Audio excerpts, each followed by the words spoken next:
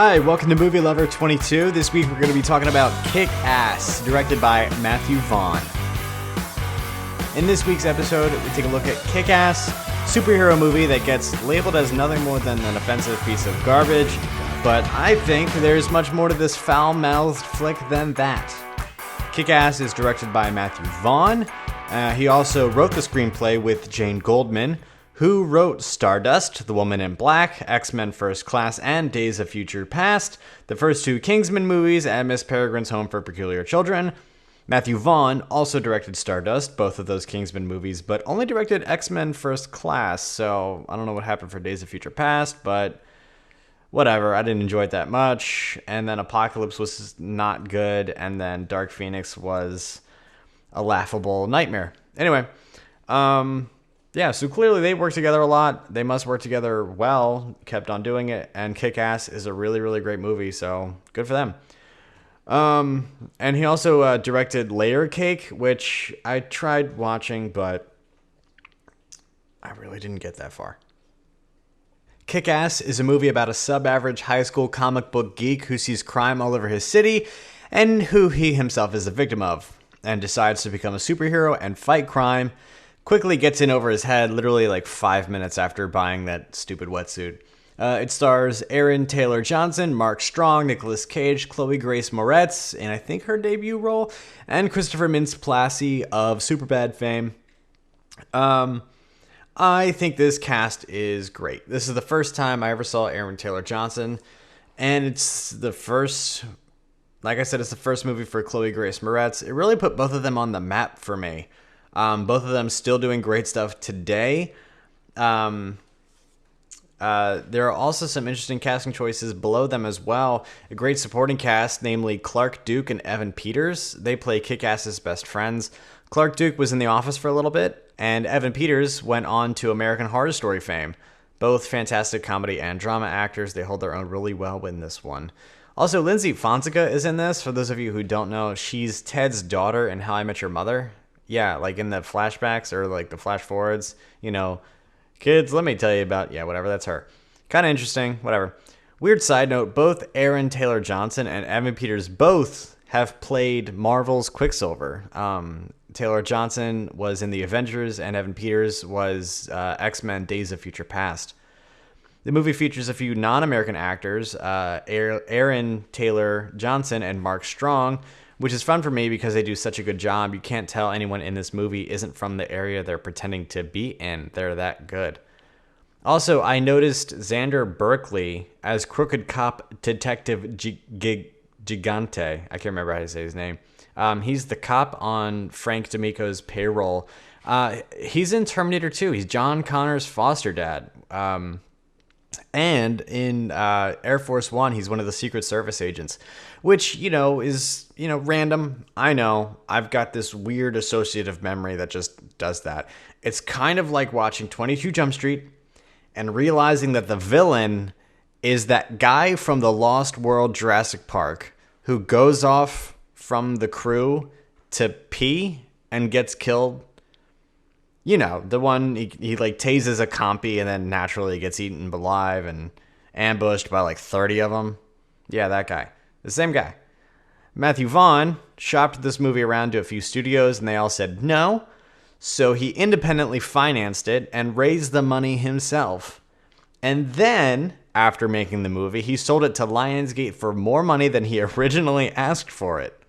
Vaughn said it was the most expensive home movie he ever made. Let's actually find out how much it was. Let's see. Kick-Ass budget. I should have looked this up before. And that money was $30 million. There's a pretty important thing to bring up right now, and that's the relationship of Big Daddy and Hit Girl, played by Nicolas Cage and Chloe Grace Moretz, respectively. Kick-Ass, the character takes requests from people who need help through his MySpace page. We're going to come back to that in a moment. And one request is to get a drug addict to leave Lindsay Fonseca's character alone. So Kick-Ass goes, and just like his first attempt, winds up getting in over his head. And here's where we're introduced to Hit Girl and Big Daddy, played by Chloe Grace Moretz and Nicolas Cage, getting really tired of saying their names. I love this team up. Nicolas Cage based his line delivery on how Adam West delivered his lines in the original Batman TV show, and it's just another fun Cage performance for the ages. Chloe Grace Moretz stands out on her own as well, especially as far as child actors go, who I typically don't like and really suck. But the relationship is really hit or miss. I love Nick Cage and how he plays Big Daddy, but there are some real problems. On the one hand, you have a guy who genuinely wants to show his daughter he loves her, and he tries to raise her with ideals that he believes are important. And then on the other hand, what he's actually doing is brainwashing her to believe a comic book is reality and that revenge by over-the-top violence is a good thing. More on this later. Now, I do like he's not a perfect character. I like that. It's a little reductionist, but he's a father driven to do something insane because a legitimate villain ruined his family by framing Cage as a drug dealer, and his wife commits suicide, and he has a daughter who becomes hit girl when Nick Cage gets out of prison and finally gets custody of his daughter. Let's talk about let's read some of the messages from our listeners. I don't have any messages from listeners. Moving on. Now let's talk about what I disliked. Let's get this out of the way. Number one, why the hell was Kick-Ass using MySpace? 2008 is the year that Facebook grew in popularity with everybody, and it was just as popular in 2010. I really didn't like the sequel. I mean, it's fine, but barely anyone from the original production team returned, so there was instantly no way it was going to be as good. But honestly, it's worth a watch just for Jim Carrey. His stuff is awesome. Jim Carrey himself is a notable tragedy, especially when it comes to Kick-Ass 2 in post-production, but that's kind of another discussion.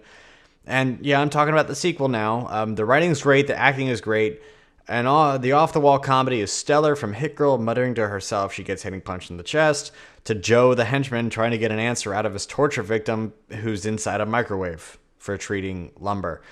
You know, there's not much to dislike about this movie. So I'm just going to get to the stuff I love, so let's just move on. And what I loved was everything. This is a fun, well-crafted flick through and through. The drama feels real, even with dashes of humor sprinkled in. The warehouse scene where Big Daddy kills like 15 people with John Murphy's In the House and a heartbeat playing in the background is righteously badass. This is one of the best scenes in the whole movie, and it never ceases to disappoint me when I watch it. I love that Kick-Ass isn't good at what he does. That's what would really happen. If a dude really tried this stuff, he'd definitely get his ass kicked in the first fight. That's part of what makes this so good. He's not a good superhero. He gets saved by someone else in almost every fight he's in. And yes, I'd include that first fight in that by he won, but by the skin of his teeth.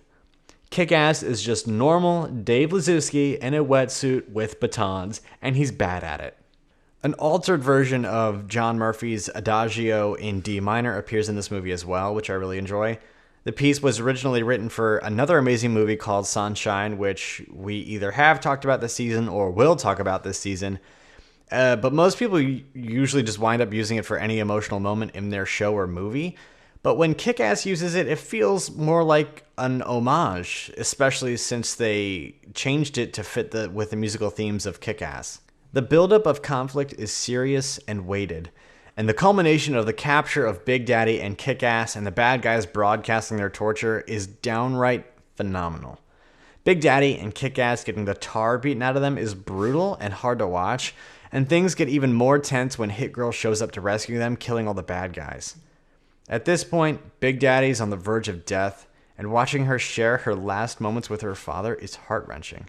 Specifically when she mentions that getting shot hurt a lot more than when Big Daddy shot her, and he tells her that's because he used a low-velocity round because he loves her. This might be the actual best scene in the movie. Almost a bad thing since it's not the last fight, but I really don't care.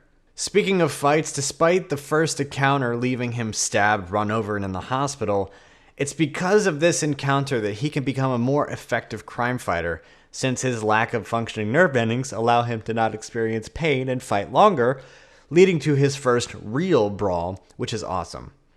Kick-Ass accidentally trips a guy who's being chased by 3 dudes, and once they catch him, they start to beat the snot out of him.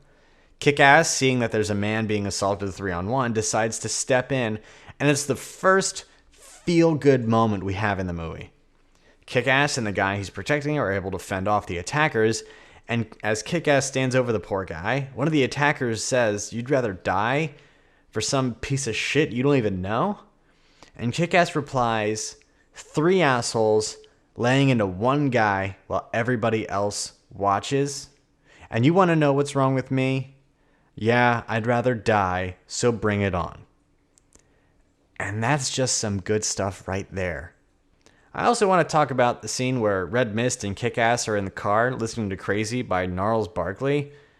This is some of the dorkiest shit I've ever seen, and I love it. I love how nerdy this stuff is. In modern day culture, this is exactly how 2 teens turned superheroes would behave.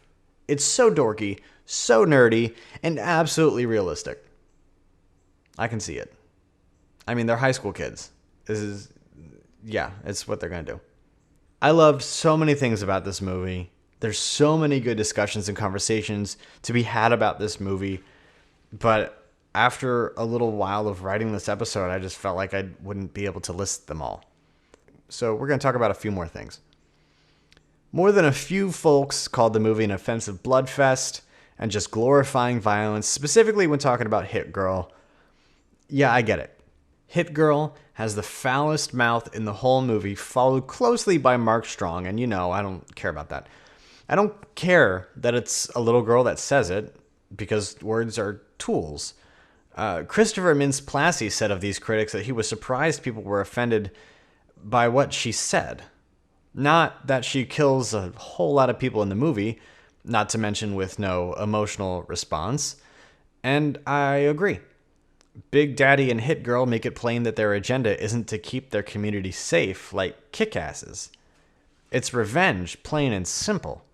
On top of that, with Big Daddy's brainwashing of Hit Girl, particularly with John Woo movies, of which Nick Cage has started multiples, that's kind of fun, they prove that over-stylized violence is a perfectly alright thing.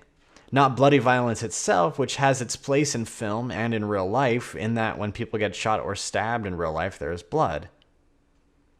But why get offended at what she says, as opposed to the fact that it's a kid basically murdering a bunch of people? It's an excellent question. Can't have it both ways. At face value, Kick-Ass is a funny, violent, and offensive superhero flick. But if you pay attention to what you're watching, Kick-Ass becomes an interesting picture of good versus evil in a surprisingly honest way. For a violent superhero flick that studios didn't even want to touch, Kick-Ass is in this for the good of his community. He donned the wetsuit to fight small criminals and wound up going against the New York City mob. And even though there were moments where he felt like giving up, he stepped up, ready to fight. Even fights he knew he would not only lose, but likely lose his life as well. And that's heroism. Don't forget, you can reply to this podcast with a voice message if you have the Anchor app, or you can send me an email at movielovershow@gmail.com. If you want to request a movie be discussed, or hey, even co-host an episode, either way, you'll probably wind up